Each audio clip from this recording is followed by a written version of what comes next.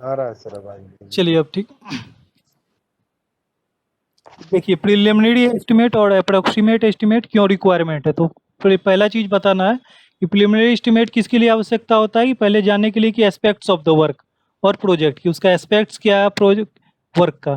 फिर next thing है to decide the financial position, कि आपको फिनेंशियल पोजीशन को डिसाइड करने के लिए कि आपके पास कितना आपके पास फंड अवेलेबल है कि नहीं। और फिर आपका अगर गवर्नमेंट वर्क है तो उसको पास कराने के लिए कि जिस अथॉरिटी, हर एक डिपार्टमेंट अलग अलग डिपार्टमेंट होता है सरकार का, उस डिपार्टमेंट में जैसे आपका जो पास करता है वो पास फंड को पास कौन करता है, चीफ इंजीनियर। जो भी आपका डिपार्टमेंट से रिलेटेड जैसे इरिगेशन वर्क हो गया, रोड कंस्ट्रक्शन रोड डिपार्टमेंट हो गया, रोड पीडब्ल्यूडी वर्क हो गया, तो उसको उस अथॉरिटी से क्या करना होता है, पास करवाना होता है, कॉम्पिटेंट जो भी अथॉरिटी है उससे पास कराने के लिए। तो इसके लिए प्रीलिमिनरी एस्टीमेट आपका रिक्वायरमेंट है। सर एस्पेक्ट्स मतलब क्या हुआ aspects? Aspects of the work, कि उसका प्रारूप क्या है, वर्क का किस तरह का, जैसे दो टाइप का वर्क हो सकता है। एक हो सकता है आपका कॉमर्शियल कॉमर्शियल प्रोजेक्ट, दूसरा हो सकता है non commercial project. Commercial project किसको बोलते हैं, जिससे आपको कुछ इनकम होगा, कोई भी प्रोजेक्ट जिससे आपका कुछ इनकम होगा उसको क्या बोला जाता है, कॉमर्शियल प्रोजेक्ट। जिससे कोई इनकम कॉमर्शियल। नहीं है उसको बोला जाता है नॉन कॉमर्शियल प्रोजेक्ट। तो in case of commercial projects, जैसे आपका कोई भी कॉमर्शियल प्रोजेक्ट्स क्या हो गया, जैसे इरिगेशन प्रोजेक्ट्स है, रेसिडेंशियल बिल्डिंग है जिससे आपको क्या हो, कुछ इनकम हो। और सिमिलर प्रोजेक्ट्स जिससे आपको रिवेन्यू गेन करते हैं, कोई भी रिवेन्यू आपको आता है, उस चीज़ को बोला जाता है कॉमर्शियल प्रोजेक्ट। तो in case of commercial project, ठीक है। रेसिडेंशियल बिल्डिंग प्रोजेक्ट और similar project which earn revenue और इनकम, जो कि आपको क्या देता है, इनकम देता है, उसके लिए सबसे पहले क्या करते हैं कि प्रोबेबल इनकम पहले कैलकुलेट किया जाता है। उसके लिए द प्रोबेबल इनकम में बी के वर्कआउट, उसके लिए सबसे पहले आप क्या कीजिएगा, प्रोबेबल इनकम कैलकुलेट कीजिएगा। और प्रीलिमिनरी एस्टीमेट के द्वारा अप्रोक्सीमेट कॉस्ट कैलकुलेट किया जाता है। जो आपका प्रीलिमिनरी एस्टीमेट करके उसका हम क्या करते हैं, अप्रोक्सीमेट कॉस्ट फाइंड कर लेते हैं। फिर आपको उसको जस्टिफाई किया जाता है, उससे जो इनकम है वो आप उसमें जितना इन्वेस्ट किए उसके आधार पे आपका उसका इनकम क्या है। तो इसको आपको दोनों को जस्टिफाई करने के लिए, जो आपका प्रोबेबल इनकम होगा और जो आपका प्रोबेबल कॉस्ट लगा, उसमें जितना कॉस्ट आप खर्च किए और उससे जो इनकम होगा, उस दोनों को जस्टिफाई करने के लिए आपका इसका उपयोग किया जाता है। वही क्या फॉर नॉन कॉमर्शियल प्रोजेक्ट, जो प्रोजेक्ट आपका नॉन कॉमर्शियल है, यानी उससे कोई आपको इनकम नहीं आएगा, किसी भी तरह का जो डायरेक्ट इनकम आपको उससे प्राप्त नहीं होता है। तो उसके लिए हम क्या करते हैं कि उसको पता करने के लिए करते हैं कि उसका नेसेसिटी क्या है, उसका यूटिलिटी क्या है, अवेलेबिलिटी ऑफ मनी, यानी उस वर्क के लिए आपके पास कितना अवेलेबल मनी है।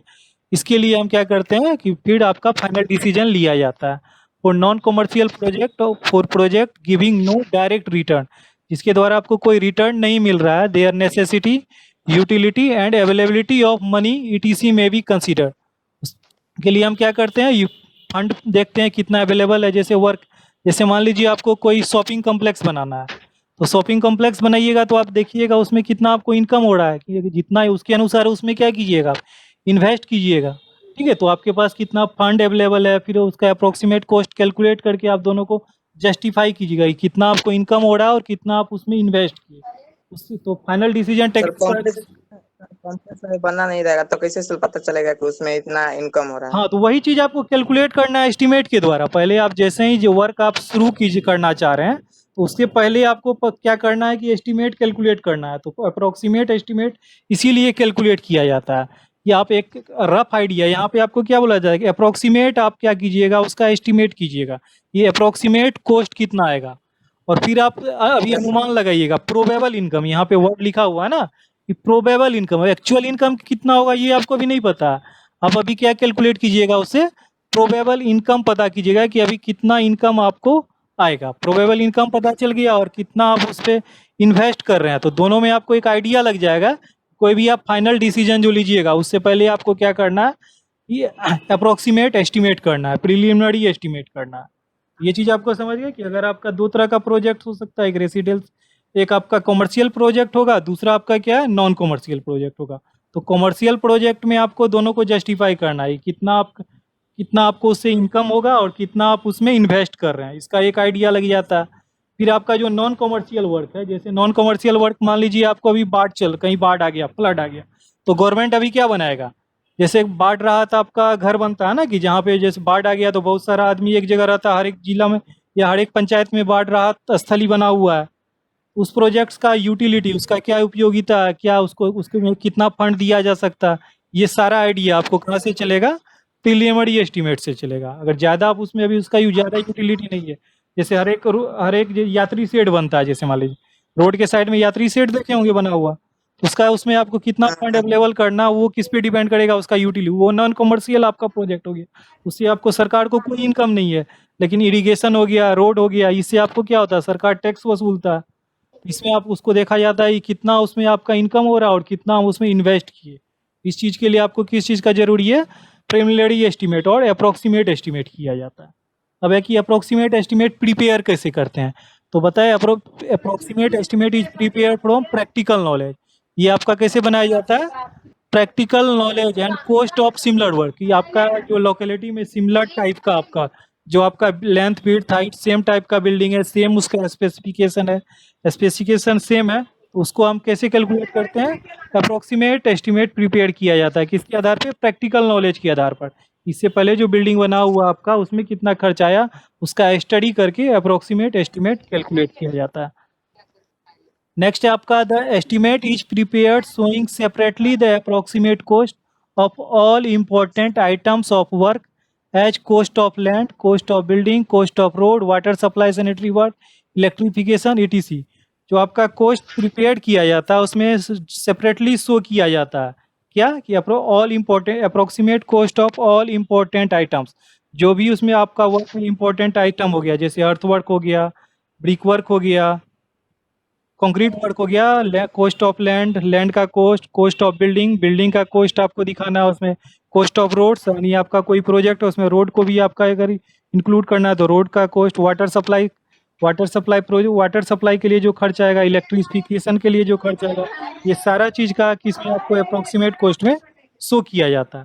फिर नेक्स्ट चीज आपका estimate is accompanied by brief report explaining the necessity and utility of project and showing how the cost of separate items has been arrived at। अब किसी भी जो अप्रोक्सीमेट एस्टीमेट बनाते हैं उसमें आपका उसके साथ आपका ब्रीफ रिपोर्ट तैयार किया जाता है कि आपका वर्क का क्या नेसेसिटी है और यूटिलिटी, उसके ब्रीफ में आपका उसका जानकारी दिया जाता है। फिर आपका शोइंग द कोस्ट, कैसे आपका कोस्ट कैलकुलेट किया गया, डिफरेंट आइटम ऑफ वर्क का कोस्ट कैसे कैलकुलेट किए, इसको दिखाया जाता है। फिर आपका this is also accompanied with site plan and layout plan, इसके साथ साथ इसमें आप क्या किया जाता है, साइट प्लान और लेआउट प्लान को भी दिखाया जाता है। फिर आपको बताए थे कि कंटेंजेंसी में कितना 5 से 10% आपको क्या करते हैं, कंटेंजेंसी के लिए ऐड करते हैं, 5 से 10% आपका उसमें एक्स्ट्रा आप क्या कीजिएगा, कंटेंजेंसी के लिए ऐड कीजिएगा। अब देखते हैं कि अप्रोक्सीमेट एस्टीमेट डिफरेंट वर्ड के लिए कैसे बनाया जाता है। तो for preliminary estimate is prepared by various way for different structures and work, different work के लिए आपका प्रिलिमिनरी एस्टीमेट अलग से किया जाए। जैसे बिल्डिंग है तो बिल्डिंग में आपका क्या पर यूनिट बेसिस, बिल्डिंग का जो बिल्डिंग जैसे वर्क आपका बिल्डिंग जो बनाया जाता है तो वो आपका कैसे बनेगा, आपका पर यूनिट बेसिस के आधार पर यूनिट बेसिस में क्या है, जैसे मान लीजिए आपको स्कूल और हॉस्टल, होटल लिखा गया है, हॉस्टल्स कर लीजिएगा, ठीक है। स्कूल और हॉस्टल में, स्कूल और हॉस्टल को कैसे आप डिजाइन कीजिएगा, उसका जो आप कॉस्ट निकालना है वो कैसे पर स्टूडेंट वाइज, यानी स्कूल में कितना स्टूडेंट, स्कूल जो आपको बनाना है तो उसमें कितना स्टूडेंट का कैपेसिटी होगा, पर स्टूडेंट के वाइज आपको क्या करना है, कैलकुलेट करना है पर स्टूडेंट बेसिस। और हॉस्टल में भी आपको क्या, कितना स्टूडेंट के लिए आपका सीट है पर स्टूडेंट बेसिस या और स्कूल्स।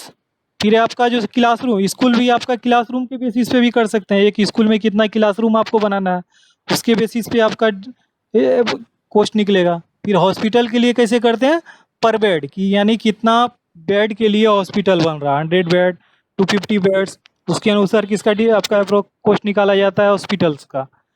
पर seat for cinema and theatre hall, cinema हो गया, थिएटर हॉल हो गया, ऑडिटोरियम हो गया, इसके लिए आपका किस चीज़ का देखा जाता है, पर सीट कि उसमें कितना सीट्स है आपका। सेकेंड है आपका पर बे ऑफ फैक्ट्रीज। नेक्स्ट आपका क्या है, पर बे ऑफ फैक्ट्रीज। पर बे का मतलब क्या होता है, पर बे का मतलब होता है कि दो पिलर के बीच, दो कॉलम जो है आपका, यानी दो वाल या दो कॉलम के बीच का डिस्टेंस, इसके आधार पे आपका क्या किसके कैलकुलेट किया जाता है, फैक्ट्री का। इसको एस्पेक्ट नहीं बोल सकते हैं। हाँ, ये आपका प्रीलिमिनरी एस्टीमेट है कि ये आपका प्रीलिमिनरी एस्टीमेट करने का तरीका। फैक्ट्री के लिए कोई फैक्ट्री आपका बनाना है तो उसमें आपका जो बनेगा, फैक्ट्री का रूम क्या होता है, बड़ा बड़ा होता है ना, जैसे उसके लिए आपका स्टील स्ट्रक्चर यूज करते हैं। जो भी आपका फैक्ट्रीज का रूम होगा वो आपका आरसीसी नहीं होता है, जनरली आपका क्या होता है, फैक्ट्रीज, क्योंकि उसमें आपका 2 कॉलम और 2 वाल के बीच का एरिया बहुत ज़्यादा होना चाहिए, तो वो आपका आरसीसी वर्क से नहीं हो सकेगा। तो उसके लिए आपका क्या यूज करते हैं, स्टील स्ट्रक्चर वहाँ यूज करते हैं। तो पर बे ऑफ फैक्ट्री यानी 2 कॉलम या 2 वाल के बीच में डिस्टेंस कितना है। बैरेक्स क्या होता है, जहाँ सेना सब रहता है, ठीक है, जो सेना सब जहाँ रहता है उसके लिए जो बिल्डिंग होता है उसको बोलते हैं बैरेक्स, छावनी जिसको बोलते हैं, एक साथ बहुत सारा सेना। तो पर बे ऑफ बैरेक्स। डोरोमेट्रीज किसको बोलते हैं, डोरमेट्री जो होता है हॉस्टल टाइप का, जैसे आप शहर सब में होता है कि बहुत सारा स्टूडेंट एक रूम में ज़्यादा नंबर ऑफ बेड्स के अनुसार, बहुत 10-15 बेड लगा हुआ है, उस पर जो एस्टिमेट रहता है, स्टूडेंट रहता है, उसको बोलते हैं डॉर्मिटरीज। फिर आपका पर टेनमेंट ऑफ रेसिडेंशियल बिल्डिंग। पर टेनमेंट क्या होता है आपका,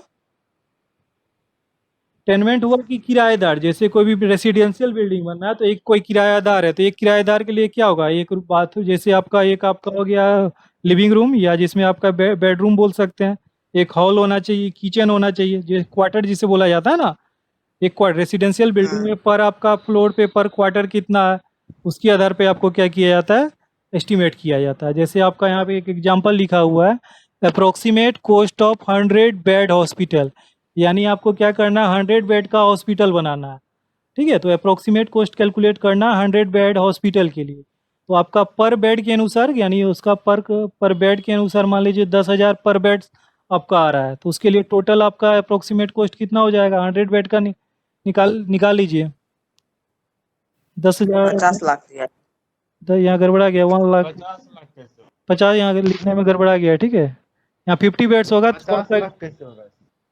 मल्टीप्लाई करने में यहाँ गलत लिखा गया, ठीक है, इसको मल्टीप्लाई करके आप लिख लीजिएगा, ठीक है। यहाँ 50 बेड्स हो सकता है, 50 बेड्स होगा तब आ जाएगा 50 लाख। यहाँ 100 बेड लिखा गया, 50 बेड्स होगा तो आपका 50 लाख, ठीक है। इसी तरह 500 ना सर? हाँ, इसको चेंज कर लीजिएगा, गलत हो गया लिखने। Approximate cost of hostel building, इसी तरह हॉस्टल बिल्डिंग का आपको निकालना है, तो अगर 100 स्टूडेंट्स है तो 100 स्टूडेंट के लिए निकालना है आपका पर 10,000 की दर से, तो इसमें कितना आ जाएगा आपका 10 लाख, ठीक है। तो ये आपका किस चीज़ के लिए हुआ, बिल्डिंग्स के लिए। तो बिल्डिंग्स के लिए आपको ध्यान रखना है, जैसे स्कूल कॉलेज है तो पर आपका स्टूडेंट्स के बेसिस पे कैलकुलेट किया जाएगा। स्कूल कॉलेज को आपको क्लासरूम के आधार पे भी कर सकते हैं, लैब रूम, क्लासरूम कितना उसमें क्लास होगा, कितना लैब होगा, उसके आधार पर। हॉस्पिटल के लिए पर बेड, सिनेमा में आपका पर सीट्स, और ऑडिटोरियम में पर बे, फैक्ट्रीज के लिए पर बे आपका। ये आप फिर नेक्स्ट है आपका रोड एंड सर हाईवे। पर बे मींस क्या होता है?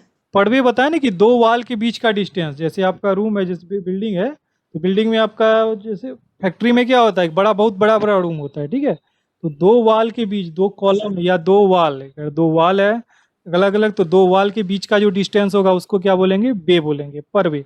जितना आपका वाल्स आया, बड़ा रूम आया, उसका पर बे बोला जाएगा उसको। 10 बे है तो 10 बे, ठीक है, उसको पर बे बोलते हैं। 2 वाल के बीच का डिस्टेंस या 2 पिलर, ये 2 कॉलम है, 2 कॉलम के बीच का डिस्टेंस को पर वे बोला जाता है।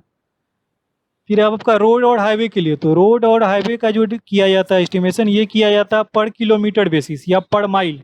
जैसे यहाँ तो किलोमीटर चलता है, कहीं कहीं माइल्स के आधार पे भी चलता है, तो पर किलोमीटर बेसिस और पर miles basis, depending upon the nature of road, width and thickness of metalling, यानी आपका रोड का विड्थ कितना है, थिकनेस कितना है, कितना आपका मेटेलिक है, कितना उसमें आपका कंक्रीट लगा है, या कंक्रीट का भी रोड हो सकता है, या बिटुमिन कितना लगा है, उसके थिकनेस के आधार पर कैलकुलेट किया जाता है।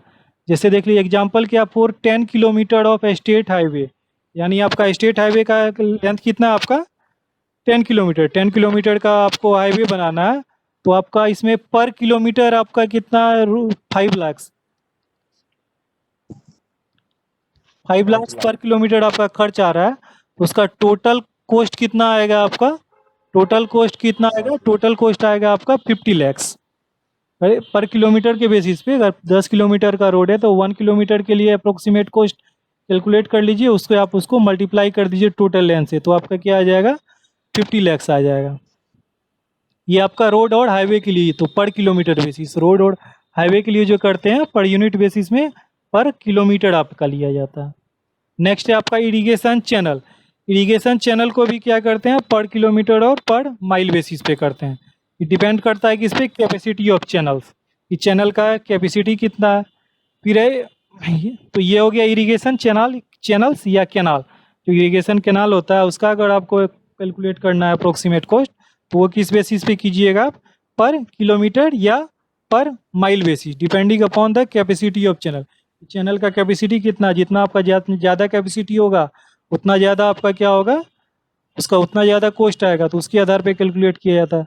फिर है एरिया ऑफ लैंड कमांडेड, यानी कितना एरिया में आप इरिगेशन करवाना चाहते हैं उस आधार पर भी किया जाता है। तो एरिया ऑफ लैंड किस में कैलकुलेट किया जाता है, पर हेक्टेयर बेसिस।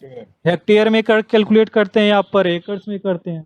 जितना ये एकड़ में आपका चैनल जाएगा, ठीक है, जितना ये एरिया को आपका कमांडेड करेगा, जितना एरिया ऑफ, उसको बोलते हैं एरिया ऑफ लैंड कमांडेड।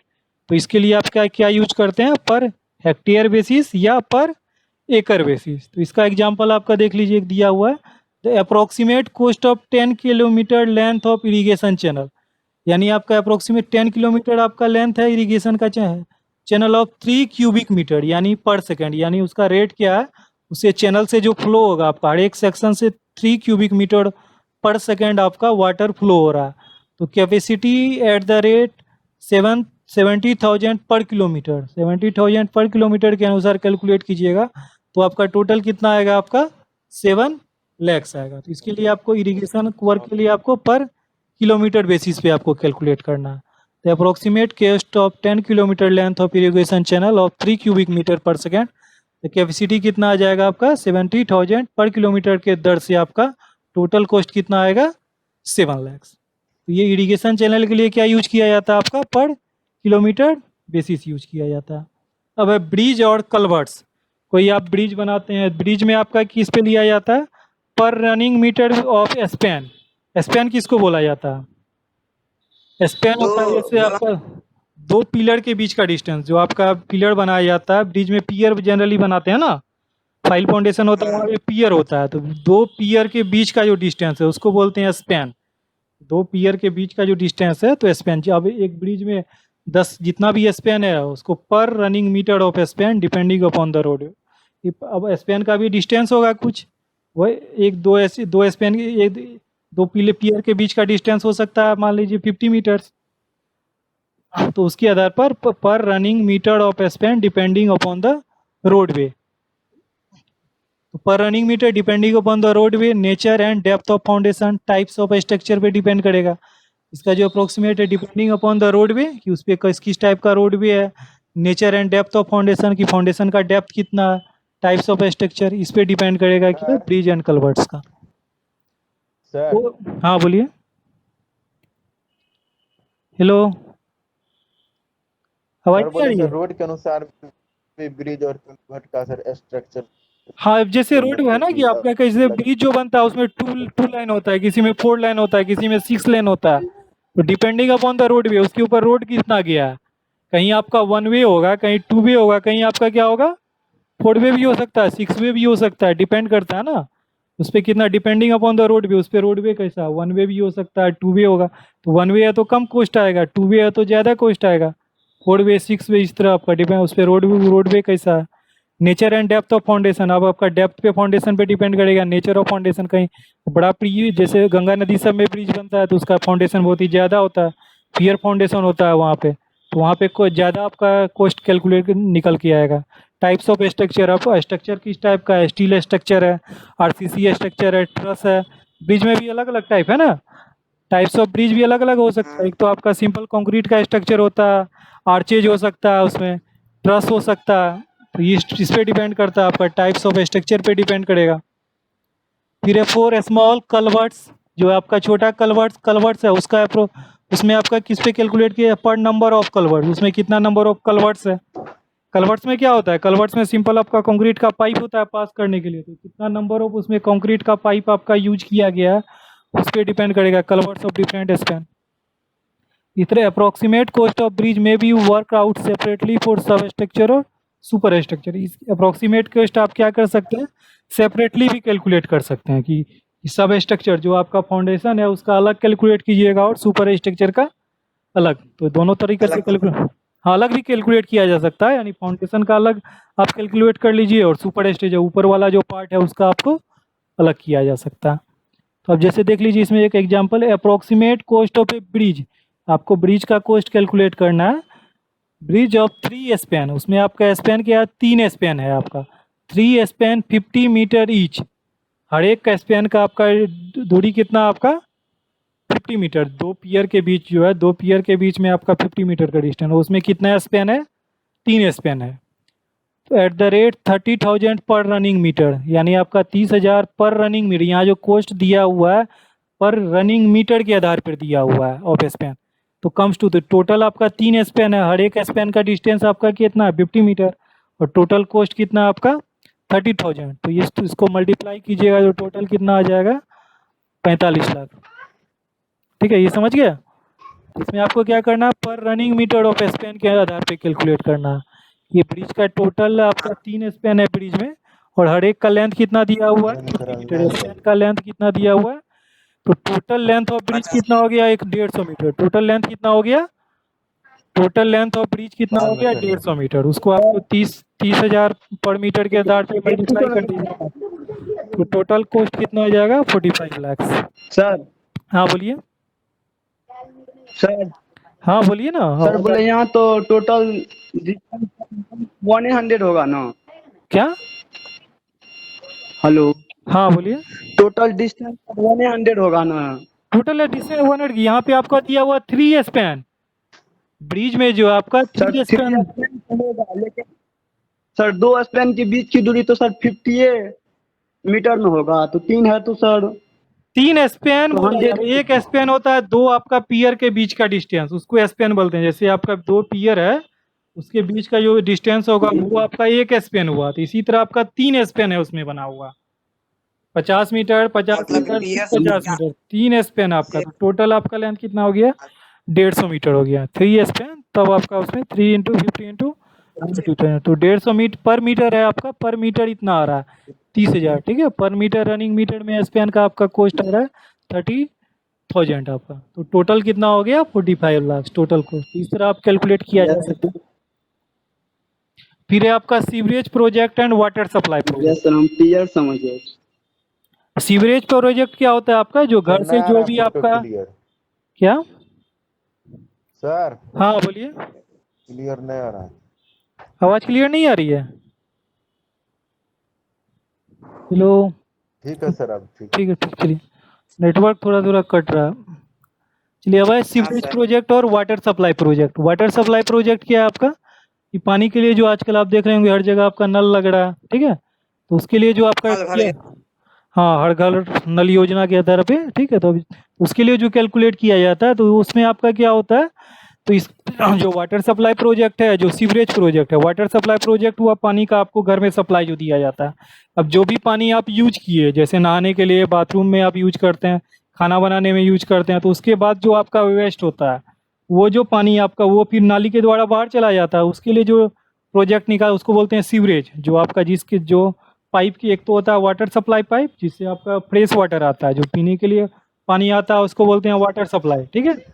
और जो भी आपका वेस्ट हो गया, जो भी आप पानी का यूज किए उसके बाद जो भी वेस्ट होगा, लगभग आप जो पानी प्रोवाइड किया जाता है उसका 90% आपका क्या होता है वेस्ट हो जाता है। आप कंज्यूम कितना करते हैं, 1% या 2% आप कंज्यूम करते होंगे, और सारा का सारा आपका क्या हो जाता है वेस्ट होता है। तो आ जाता उसके लिए जो आपका पाइप लगाया जाता है उसको बोलते हैं सीवर पाइप, उसको क्या बोलते हैं सीवर। तो सीवर इसके जो हाँ, तो इसके लिए जो आपका जो वाटर सप्लाई प्रोजेक्ट है, सीवरेज प्रोजेक्ट है, इसके लिए जो आपका Yes, sir. एस्टिमेट किया जाता है, ये किया जाता है आपका पर हेड ऑफ पॉपुलेशन, कितना आपका पॉपुलेशन को सर्व कर रहा है पानी। जैसे मान लीजिए कोई भी जगह ले लीजिए, उसका पॉपुलेशन होगा 10 लाख, मान लीजिए उस जगह आपका टाउन में 10 लाख पीपुल रह रहा है, तो उसके या तो हर पर हेड, पर कैपिटा बोलते हैं उसको, पर कैपिटा या पर हेड, यानी एक आदमी पर कितना आपका वाटर का कॉस्ट आएगा, हाँ सारा प्रोजेक्ट का, तो पर हेड के आधार पे कैलकुलेट किया जाता है इसमें, ठीक है। और दूसरा आपका पर एरिया कवर्ड, ये एक तो हो गया पर हेड के अनुसार, और कितना एरिया कवर किया, जैसे मान लीजिए 1 स्क्वायर किलोमीटर का एरिया कवर कर रहा है, एरिया या पर हेक्टेयर में, पर एकड़ में आप एरिया के वाइज कर सकते हैं, या पर हेड के अंदर कि पॉपुलेशन कितना है, उसको पॉपुलेशन से, टोटल पॉपुलेशन से आपको पर हेड के कॉस्ट को मल्टीप्लाई कर दीजिएगा तो टोटल आपका क्या आ जाएगा, प्रोजेक्ट का कॉस्ट आ जाएगा। यहाँ जैसे एक एग्जांपल दिया है, approximate cost of water supply project. तो आपको क्या निकालना है, अप्रोक्सीमेट कॉस्ट निकालना है किस चीज़ का, वाटर सप्लाई प्रोजेक्ट का, for a population of 75,000 people. 75,000 उस शहर का पॉपुलेशन है, एट द रेट 90 पर हेड। किस रेट से आपका 90 रुपये आपका पर हेड अगर आपका एक आ रहा है, तब टोटल कॉस्ट कितना आ जाएगा आपका 67.5 लाख। 67.5 लाख। हाँ, ये 75,000 आपका टोटल पॉपुलेशन है, और पर हेड इसमें आप किसके आधार पे करते हैं, पर हेड बेसिस, एक आदमी पर कितना खर्च पड़ा है, एक पर आदमी हेड को सर एक बार फिर से बताइएगा। पॉपुलेशन, जैसे यहाँ का 10,000 आपका, मान लीजिए गांव का पॉपुलेशन 10,000 है। अब 10,000 पॉपुलेशन है, उसमें आपको मान लीजिए वाटर का क्वांटिटी कैसे, तो वाटर का क्वांटिटी जो कैलकुलेट किया जाता है ना, तो आपको टोटल कितना वाटर आपको भेजा गया, कितना मिलियन लीटर वाटर भेजा गया। यहाँ तो कॉस्ट प्रोजेक्ट का मान रहे हैं, तो पर बेसिस पे, यानी एक आदमी कितना यूज करता होगा, एक आदमी पर डे कितना यूज करेगा वाटर, लगभग एक आदमी लगभग 200 आपका लीटर कंज्यूम करता है पर दिन में वाटर। आपका कितना, 5 आपका पर बेसिस। आप नहाने के लिए यूज करते हैं, बाथरूम में यूज करते हैं, कपड़ा धोने में, खाना बनाने के लिए, तो लगभग आपका कितना लीटर यूज होता है, 200 लीटर के आसपास है। जूम कीजिए कि 200 लीटर पर डे एक आदमी। आपके मान तो पूरा गांव में आपका अगर पानी सप्लाई करना है तो एक आदमी के लिए इतना वाटर सप्लाई करना होगा। अब पूरा गांव का पॉपुलेशन जितना आया उतना पॉपुलेशन से उसको मल्टीप्लाई कर दीजिए। उसी तरह जो कॉस्ट कैलकुलेट किया जाएगा, तो कॉस्ट जो कैलकुलेट करना है यहाँ पे किस बेसिस पे करना है आपका, कि कितना पॉपुलेशन है, एक आदमी पे कितना खर्च आएगा, उसका आपको वो आ गया, पर यूनिट रेट आ गया, पर भी जैसे हेड बेसिस, यहाँ पे किस में करते हैं, पर हेड, यानी एक आदमी पे कितना खर्च है, उसके आधार पे आप क्या करते हैं, टोटल अप्रोक्सीमेट कॉस्ट आपको कैलकुलेट करते हैं। ये आपका सीवरेज प्रोजेक्ट। क्वेश्चन में 90 दिया है पर हेड। हाँ, यहाँ पे 90 पर हेड आपको दिया हुआ है, तो 90 पर हेड से आप क्या कीजिएगा, टोटल पॉपुलेशन, ये आपका ये अप्रोक्सीमेट है, ये आपका ज़्यादा नहीं आएगा, ये आपको एक समझने के लिए अप्रोक्सीमेट कॉस्ट जैसे स्टार्ट कर रहे हैं, वैसे तो आपको निकालना होता है डिटेल, अप्रोक्सीमेट डिटेल आपको जो भी बनेगा तो डिटेल कीजिएगा, लेकिन अप्रोक्सीमेट कॉस्ट कैलकुलेट करने के लिए, एक आइडिया लगाने के लिए कितना खर्च आएगा, उसमें आपका क्या, पूरा पॉपुलेशन कैलकुलेट कर लिया जाता है, कितना पॉपुलेशन है सिटी का, उसको पर हेड बेसिस पे आप मल्टीप्लाई कर देते हैं, लगभग इतना खर्च आएगा एक आदमी पे, तो टोटल खर्च आपका लगभग कितना आएगा वो आपका कैलकुलेट, यहाँ अप्रोक्सीमेट कैलकुलेट कर रहे हैं ना, एग्जैक्ट नहीं होगा लेकिन अप्रोक्सीमेट एक लगभग आपको आइडिया लग जाएगा। ये चीज़ था आपका सीवरेज प्लांट के लिए। फिर आपका ओवरहेड टैंक, जो भी आपका वाटर टैंक होता है, ओवरहेड टैंक होता है, देखेंगे शहर में देखेंगे टैंक, तो उसका आपको कैसे कैलकुलेट किया जाता है, उसमें जो खर्च आएगा वो किस आधार पे कैलकुलेट किया जाता है, उसका कैपेसिटी के आधार पर, यानी उसमें कितना लीटर आपका आएगा, कितना 1000 लीटर आपका उसका आएगा, कितना उसका कैपेसिटी है, उसके आधार पे कैलकुलेट किया जाता है। जब भी वाटर टैंक आपका बनता है वो आपका किसके बेसिस पे करना है, पर लीटर, यानी पर, या तो लीटर में कैलकुलेट करते हैं, कहीं कहीं आपका पर गैलन ऑफ वाटर, कितना गैलन, दूसरे देश में आपका गैलन चलता है, इंडिया में आपका पर लीटर, यानी मान लीजिए आप वाटर टैंक होता है उसका कैपेसिटी होगा कितना आपका 1000 लीटर का, उस लीटर के आधार पे आप पर लीटर के आधार पर उसका क्या कीजिएगा, कैलकुलेट कीजिएगा। ये डिपेंड करेगा आपका टाइप्स ऑफ स्ट्रक्चर, ठीक है। जैसे आपके यहाँ सिंपल, आपके यहाँ वाटर टैंक लगा होता है ना, जो प्लास्टिक का टैंक है, वो कंक्रीट का भी कहीं कहीं आपका कंक्रीट का बनता है, जो आपका शहर सब में देखते होंगे कंक्रीट का बना हुआ होता है वाटर हेड टैंक, तो उसका जो आपको कैलकुलेट करना है वो किस पे आधार पे कीजिएगा, उसका कैपेसिटी, उसमें कितना लीटर ऑफ वाटर उसमें स्टोर किया जा सकता है, जितना बड़ा आपका, जितना लीटर का ज़्यादा होगा उतना ज़्यादा आपका खर्च आएगा, तो उसके आधार पर कैलकुलेट किया जाता है। तो ये था आपका पर यूनिट बेसिस, ठीक है, जो आपका एक मेथड दिया हुआ था, एक आपका सिलेबस में आपका एक टर्म दिया हुआ है कि service unit basis for selection service units for different types of civil structure. तो ये इसमें यही 6 पॉइंट आ जाएगा, डिफरेंट स्ट्रक्चर के लिए पर यूनिट बेसिस पे कैसे अप्रोक्सीमेट एस्टिमेट करते हैं। तो ये टॉपिक आपका इसमें क्लियर हो गया सर। अप्रोक्सीमेट का कैप्स है ना? हाँ, अप्रोक्सीमेट में पर यूनिट बेसिस, इसका एक हेडिंग हो जाएगा, अप्रोक्सीमेट एस्टिमेट क्यों करते हैं, और इसमें एक आगे एक तो प्लिंथ एरिया मेथड आपको लास्ट में बता दिए थे पिछली क्लास में, ठीक है। तो इसमें ये आगे आपका per unit basis, different types of word के लिए पर यूनिट बेसिस पे कैसे कैलकुलेट करते हैं वो था। यस इसमें हमें हर एक में क्या था आपका पर यूनिट बेसिस पे आपको कैलकुलेट करना था। सर, जैसे पर लीटर है। हाँ, तो हर एक वर्ग के लिए, रोड के लिए आपको क्या मीटर में लेना है, पर किलोमीटर।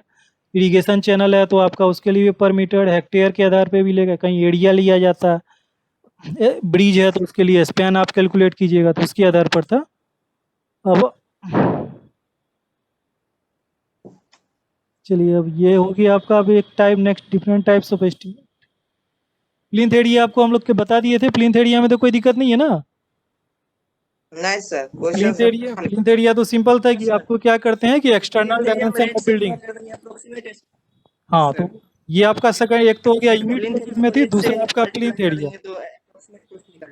हाँ, तो इसमें इसमें क्या प्लिंथ एरिया में सिंपल क्या किया था, आपको प्लिंथ एरिया कैलकुलेट करते हैं। ये आपका कहाँ पे, फ्लोर लेवल पे, फ्लोर लेवल पे जो आपका बिल्डिंग का फ्लोर लेवल है उस समय आपका एक्सटर्नल डायमेंशन कैलकुलेट करते हैं, उससे आपका प्लिंथ एरिया आ जाएगा। उसको आपको क्या करते हैं, प्लिंथ एरिया रेट से मल्टीप्लाई कर देते हैं, तो आपको क्या आ जाता है, प्लिंथ एरिया एस्टिमेट कैलकुलेट हो जाता था। ठीक है, अब आपका जो नेक्स्ट है आपका क्यूब रेट एस्टिमेट। ठीक है, सेकेंड आपका जो टाइप ऑफ एस्टिमेट है वो क्या आपका क्यूब रेट एस्टिमेट।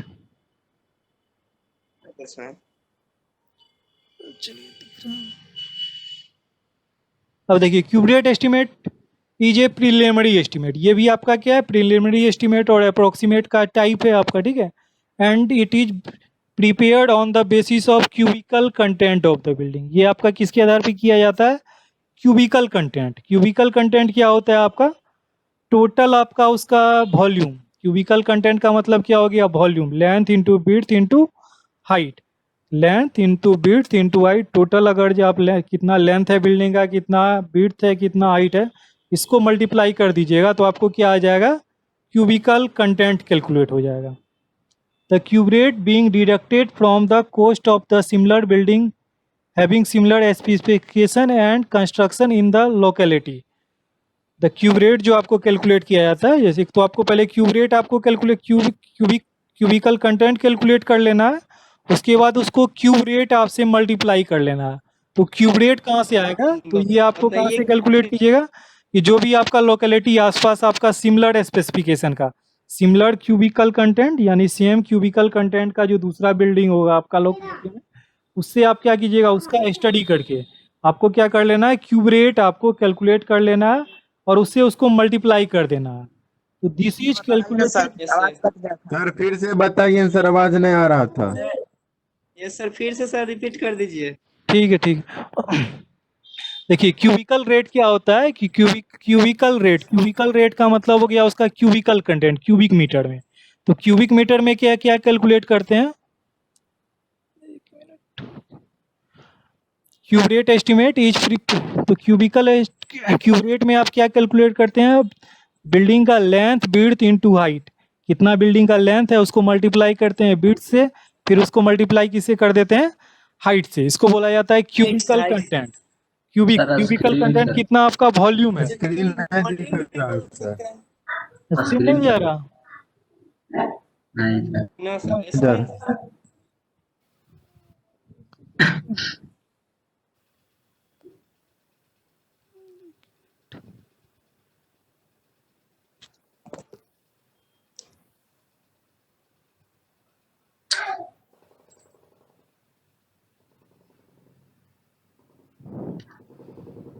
अब दिख रहा। Yes sir. चलिए, क्यूब रेट एस्टिमेट। ठीक है, cube rate estimate is a preliminary estimate. Cube rate आपका क्या होता है, प्रीलिमिनरी एस्टिमेट होता है। क्यूब रेट एस्टिमेट आपका क्या है, प्रीलिमिनरी एस्टिमेट का एक टाइप है। ठीक है, क्यूब रेट एस्टिमेट क्या है, प्रीलिमिनरी एस्टिमेट का टाइप है and is prepared on the basis of cubicle content of building. इसको किसके आधार पर करते हैं, क्यूबिकल कंटेंट के आधार पे कैलकुलेट किया जाता है। तो ये आपका क्या, किसके आधार पर कैलकुलेट किया जाता है, क्यूबिकल कंटेंट के आधार पर कैलकुलेट किया जाता है। The cube rate being deducted from the cost of the similar building having similar specification and construction in the locality. तो क्यूब रेट कैसे कैलकुलेट किया जाता है, क्यूब रेट कैलकुलेट आपका जो किया जाता है कि जो है आपका लोकेलिटी में जो सिमिलर टाइप का आपका बिल्डिंग है उससे आप कैलकुलेट करते हैं कि सिमिलर टाइप का बिल्डिंग, सिमिलर स्पेसिफिकेशन, सिमिलर आपका उसमें कंस्ट्रक्शन जो किया जाता है सेम, वहाँ से आप क्या कर लेते हैं, क्यूब रेट आप कैलकुलेट कर लेते हैं। This is calculated by finding the cubical content of the building. ये आपको कैसे कैलकुलेट करते हैं, cubical content, length into width into height को मल्टीप्लाई करके आपका क्या निकल जाता है, क्यूबिकल कंटेंट निकल जाता है, उसको आपको क्यूबिकल रेट से मल्टीप्लाई कर देते हैं, तो आपको क्या आ जाएगा, क्यूब रेट एस्टिमेट आपको आ जाएगा। अब देखिए, length and breadth should be taken as the external dimension of the building at the floor level. जो लेंथ और ब्रीथ आपका लिया जाता है वो आपका क्या लिया जाता है, एक्सटर्नल डायमेंशन लिया जाता है और building at the floor level पे लिया जाता है। And height should be taken from floor level to top of the roof. और जो हाइट जो लेना है आपका, तो फ्लोर से लेके आपका टॉप ऑफ द रूफ, हाँ फ्लोर का जो फ्लोर है आपका नीचे वाला फ्लोर है, उससे आपका टॉप ऑफ द रूफ यानी छत का ऊपर वाला हिस्सा। और अगर आपका क्या स्लोप रूफ होगा, half way of the slope roof, जो हाइट लेना है half way of the slope roof यानी आधा लेना। अगर स्लोप रूफ प्रोवाइड की, जैसे आपका पहाड़ी इलाका में क्या होता है, जहाँ बारिश ज़्यादा होता है, बर्फबारी ज़्यादा होता है, वहाँ पे स्लोपिंग रूफ प्रोवाइड किया जाता है। तो स्लोपिंग रूफ में आपको half of the roof calculate लेना है, हाइट जो लीजिएगा फ्लोर लेवल से हाफ ऑफ द रूफ। हाँ, और स्टोरीड बिल्डिंग, अगर आपका मल्टी स्टोरी बिल्डिंग है तब जो आपको हाइट लेना है, तब हाइट आपको कहाँ से लेना है, the height should be taken between the floor level of one storey, एक फ्लोर का पहला स्टोरी से आपका top of the next higher floor यानी दूसरा स्टोरी का जो फ्लोर होगा वहाँ तक लेना है। एक आपका वन स्टोरी है तब तो आप फ्लोर का लेवल से आपका छत का ऊपर वाला ले लीजिए। अगर आपका उसके ऊपर भी बिल्डिंग बना हुआ है, हाँ, तो फ्लोर से लेके आपका टॉप ऑफ द नेक्स्ट जो फ्लोर है आपका, नेक्स्ट के टॉप के फ्लोर का हाइट लीजिएगा। तो इस तरह आपका क्या आ जाएगा, हाइट निकल जाएगा। लेंथ विड्थ हाइट निकाल के आप क्यूबिकल कंटेंट कैलकुलेट कर लीजिए और उसको आपको किससे मल्टीप्लाई कर देना है, क्यूब रेट से मल्टीप्लाई कर देना है, क्यूब रेट से मल्टीप्लाई कर देना, क्यूबिकल कंटेंट निकल जाएगा आपका। The foundation and plinth and parapet above roof are not taken into account. इसमें आपको क्या करते हैं, जो प्लिंथ लेवल से नीचे जो फाउंडेशन होता है, प्लिंथ लेवल होता है, और जो छत के ऊपर बाउंड्री देते हैं पार्पेट, उसको क्या बोलते हैं, पार्पेट वाल, हाँ पार्पेट, तो इसको इसमें कंसीडर नहीं किया जाता है। क्यूबिकल कंटेंट में याद रखना, फाउंडेशन, प्लिंथ और पार्पेट वाल आपको इसमें कंसीडर नहीं किया जाता, नहीं किया जाता है। हाँ इसको कंसीडर नहीं करना है। सिर्फ इसमें आपको क्या करना, क्यूबिकल कंटेंट निकालना, फाउंडेशन, प्लिंथ एरिया, पार्पेट जो है आपका रूफ के ऊपर जो पार्पेट वाला है, इसको इसमें कंसीडर नहीं किया जाता।